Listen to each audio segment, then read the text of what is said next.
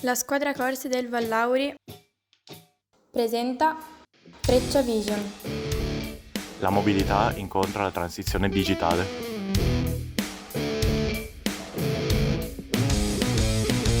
Progetto di PCTO tra l'Istituto Vallauri e Informatica System. L'anno scorso abbiamo partecipato alla gara nazionale di mobilità sostenibile. L'obiettivo è stato raggiunto! Il risultato è la guida in realtà virtuale della nostra auto.